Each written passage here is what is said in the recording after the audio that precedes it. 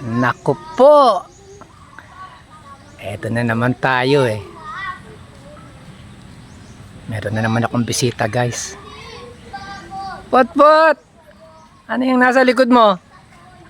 Oh, madudulas ka pa. Ano yung nasa likod mo? Dito. Plato! Ayun yung plato mong napulot. Ba't may dala kang plato? Pulot ko.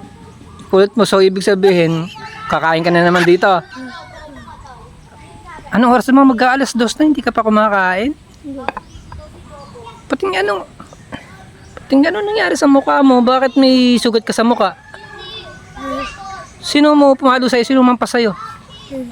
Ako na yung plato mo. Natalie. Ha? Natalie. Si Natalie. Hinampas ka. Ito yung pating nga. Grabe yung ginawa sa'yo ah. Eh, ba't ka hinampas ni Natalie? Hawakan ko puwet. Hinawakan mo sa puwet. Gado ka pala eh. Natural, hampasin ka sa mukha nun. Hinawakan mo yung kalaro mo sa puwet. Kaya liit-liit mo pa, nangahawak ka sa puwet. Di yan ang napala mo. Umupo ka na maayos. Kailan nangyari yan? Hapon. Kahapon.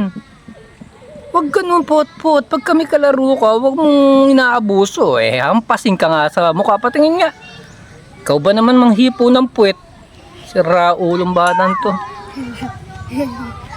Sandali ko, wala akong pagkain. Hindi ka ba kumakain talaga? Hindi pa. Bihira. Huwag mo nang gagawin yun ha.